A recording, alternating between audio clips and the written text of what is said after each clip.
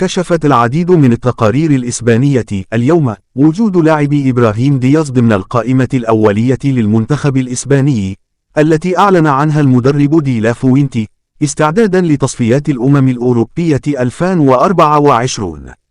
ونشر موقع سبورت الإسباني اللائحة الموسعة للمنتخب الإسباني التي عرفت تواجد 69 لاعبا من ضمنهم اللاعب إبراهيم دياز الذي كان قد أعلن اختياره اللاعب للمغرب حسب ما جاء آنذاك في صحيفة ذا صن البريطانية.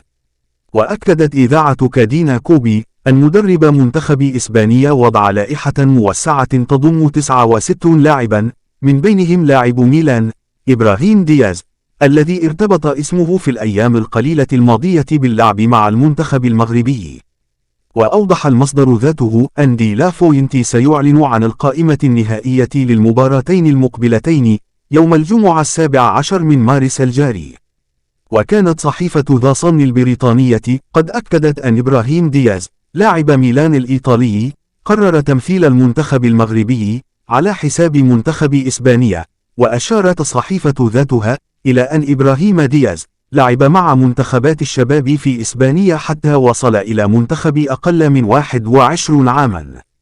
وأوضحت أن لاعب تم استدعاؤه إلى منتخب إسبانيا الأول في يونيو 2021 لخوض مباراة ودية ضد ليتوانيا والتي سجل خلالها هدفا.